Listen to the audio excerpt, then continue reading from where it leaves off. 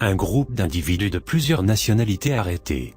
Les mis en cause étaient en possession de photos de structures sécuritaires algériennes et d'une importante somme d'argent en euros.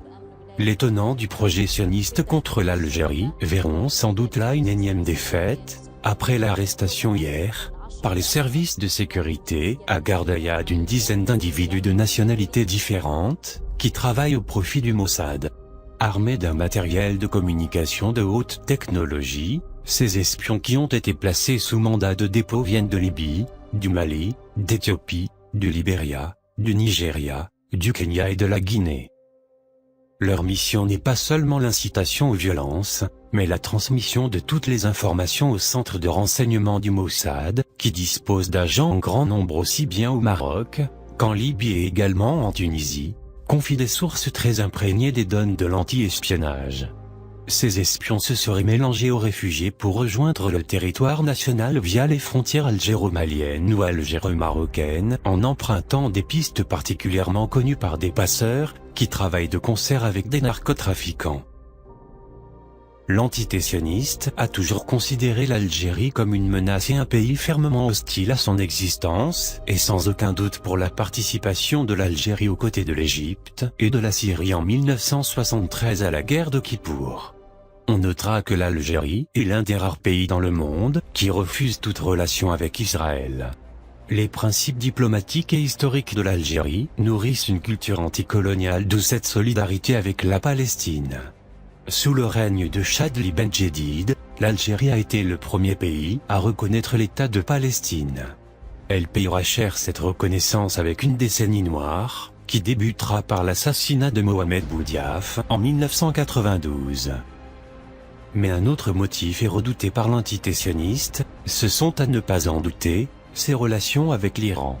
Avec l'avènement de ce qu'on appelle le printemps arabe, le Mossad pense avoir trouvé une aubaine pour s'infiltrer sur le territoire, en envoyant des émissaires peu informés sur les capacités des services de sécurité et qui sont à chaque fois démasqués.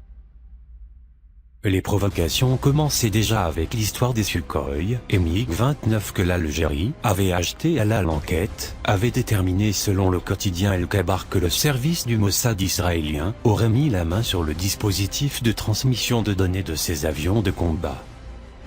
Des manipulations qui auraient permis au service d'espionnage israélien d'obtenir toutes les informations liées au mouvement de ces MiG-29 pendant leur utilisation par les pilotes algériens.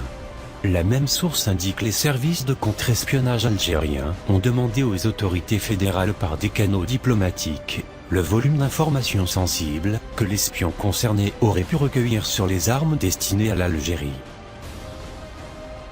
Il apparaît de plus en plus évident qu'Israël s'intéresse de très près aux contrats d'armement passés par le ministère de la Défense avec la Russie, comme la modernisation de la flotte de la marine ou les avions de chasse MiG-29 et les Sukhoi Su-30.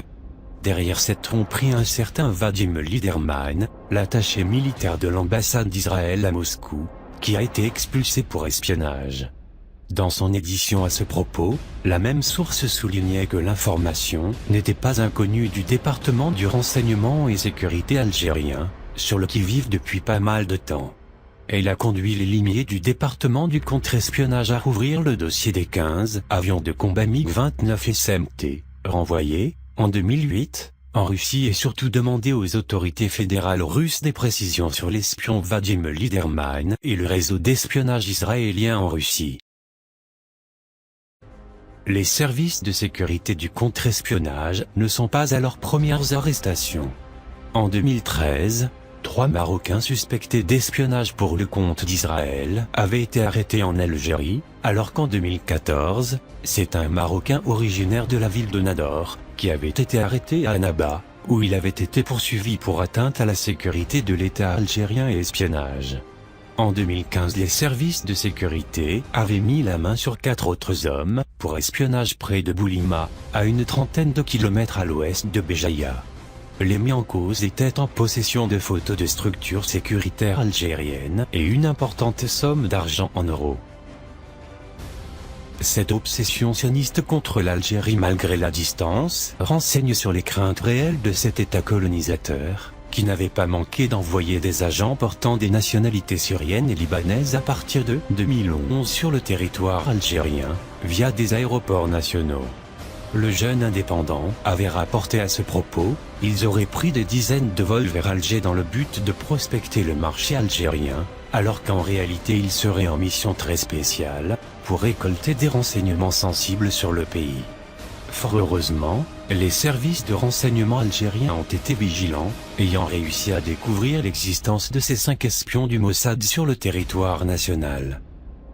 Toutefois, le Mossad n'a pas encore réussi, malgré ses tentatives incessantes de s'infiltrer sur le territoire. Depuis 2009, l'Algérie prévoyant les visées sionistes avait insisté, voire exigé des autorités russes de renforcer le dispositif visant à protéger l'acheminement des armes pour l'Algérie, comme mesure de sécurité du fait que cet État qu'on appelle Israël s'intéresse aussi au complexe militaire russe.